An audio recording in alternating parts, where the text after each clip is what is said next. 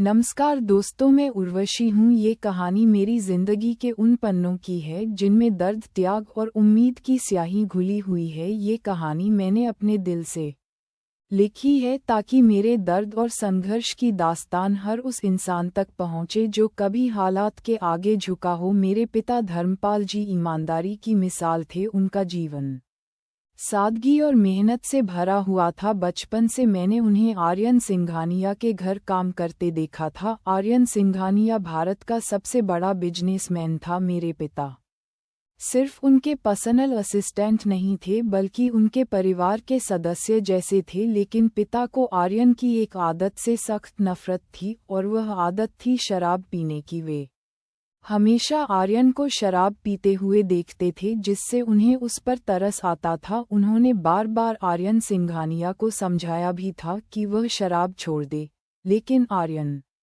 ने कभी उनकी बात नहीं सुनी। मेरी मां सुशीला और मेरे छोटे भाई जय के साथ हमारा छोटा सा परिवार था। जय जो हमारी दुनिया का चिराग था। हम सब उसे बहुत प्यार करते थे, लेकिन वह हमेशा बीमार रहता था। एक दिन उसे बड़े डॉक्टर के पास लेके गए, तब डॉक्टर ने हमें बताया कि उसे ब्लड कैंसर है। ये सुनकर तो जैसे हमारी जिंदगी की नींव हिल गई। इलाज का खर्चा सुनकर पिता के चेहरे पर जो मायूसी देखी थी उसने मेरा दिल तोड़ दिया। इलाज का खर्चा 2.75 करोड़ की बात सुनकर वह खामोश हो गए। उस रात उनकी आंखों में सिर्फ असहायता थी। मेरे पिता अब सब तरह से टूट गए थे। उन्होंने घर आने के बाद किसी से कोई बात नहीं की और अगले दिन उन्होंने ये दुनिया छोड़ दी। पिता के जाने के बाद मेरा हौसला टूट चुका था, लेकिन जय की तरफ देखते ही मेरे अंदर एक अजीब सी ताकत जाग उठी। मैंने खुद से वादा किया कि मैं हर हाल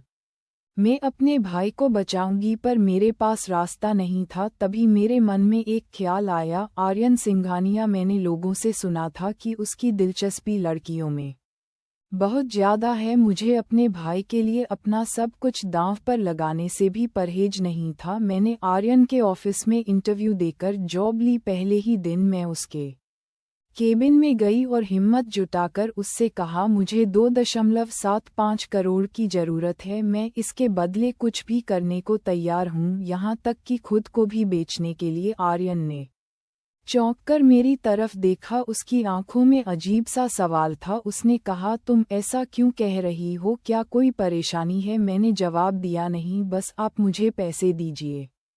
उसने पूछा, तुम मेरे पास ही क्यों आए हो? मैंने उसकी आंखों में देखते हुए कहा, क्योंकि मैंने सुना है कि आपके कई लड़कियों के साथ नाजायज़ रिश्ते हैं। ये सुनकर वह गुस्से से भड़क उठा, लेकिन उसने खुद को शांत किया। फिर उसने पूछा, तुम्हें किसने ये सब कहा? मैंने कहा, लोगों से सुन लो। वह कुछ देर खामोश रहा, फिर उसने अपनी टेबल से चेकबुक निकाली और 2.75 करोड़ का चेक साइन करके मुझे देते हुए कहा, तुम्हारे पिता ने मेरी और मेरी कंपनी के ऊपर बहुत एहसान है। यह उनके एहसान का कर्ज है और मुझे इसके बदले कुछ नहीं चाहिए। अगर तुम चाहो तो कल से ऑफिस ज्वाइन कर सकती हो। उसकी बातें सुनकर मेरी आंखें भर आईं। मैं कुछ कह नहीं पाई, बस चेक लेकर बाहर आ गई। डॉक्टर ने कहा कि इलाज के लिए जल्दी ऑस्ट्रेलिया जाना होगा, लेकिन इससे पहले जय के लिए ब्लड डोनर की ज़रूरत थी। मैंने खुद ब्लड डोनेट करने की कोशिश की, पर मेरा ब्लड मैच नहीं हुआ। तभी डॉक्टर ने कहा कि डोनर मिल गया है। मुझे नहीं पता था कि वह डोनर कोई और नहीं बल्कि आर्यन था। उसने यह बात मुझसे छुपाई। अगले दिन उसने कहा, मैं जय के साथ ऑस्ट्रेलिया जाऊंगा, तुम मत आना। अगर तुम मेरे साथ आओगी तो मुझे अच्छा नहीं लगेगा। आर्यन सिंघानिया और जय ऑस्ट्रेलिया गए और जय का इलाज किया और उसका इलाज सफल रहा। जब वह ठीक होकर लौटा तो मेरा जीवन में खुशी से भर गया। पिता के जाने के बाद पहली बार मैं खुश हुई और रोने भी लगी और उनकी तस्वीर को देखकर कहने लगी कि पापा, हमारा जय ठीक हुआ, काश आप भी हमारे साथ होते। लेकिन इस दौरान मैंने आर्यन के बारे में जो समझा उसने मेरे दिल को छू लिया था। वह सिर्फ एक बिजनेसमैन नहीं था बल्कि एक ऐसा इंसान था जो दूसरों के दर्द को समझ सकता। आर्यन सिंघानिया एक ऐसा नाम जिसे सुनकर मैं कभी नर्वस हो जाती थी तो कभी सवालों में उलझ जाती थी। सच कहूँ तो शुरू में मैंने आर्यन को बहुत गलत समझती थी। इसकी वजह थी मेरी सबसे करीबी दोस्त हीना ने मुझसे कहा था कि आर्यन सिंघानिया लड़कियों को फंसाने के लिए तरह तरह के तरीके अपनाता है, कभी पैसे का लालच तो कभी उनकी मजबूरी का फ़ायदा उठाता है। उसकी बातों ने मुझे आर्यन से डरने पर मजबूर कर दिया। मैंने खुद को उससे जितना दूर रखा जा सकता था उतना रखा, हालांकि कुछ बातों ने मुझे परेशान करना शुरू कर दिया। इतने दिनों में आर्यन ने कभी भी मेरे साथ बुरा बर्ताव नहीं किया, वह हमेशा सम्मान से बात करता था। मुझे समझ नहीं आ रहा था कि अगर वह इतना बुरा इंसान है तो मुझे ऐसा क्यों नहीं लगता। इन्हीं सवालों से जूझते हुए एक दिन मैंने ऑफिस में हीना और समीर की बात सुनी। मैं उनकी बात सुनकर चौंक गई। हीना कह रही थी, मेरा निशाना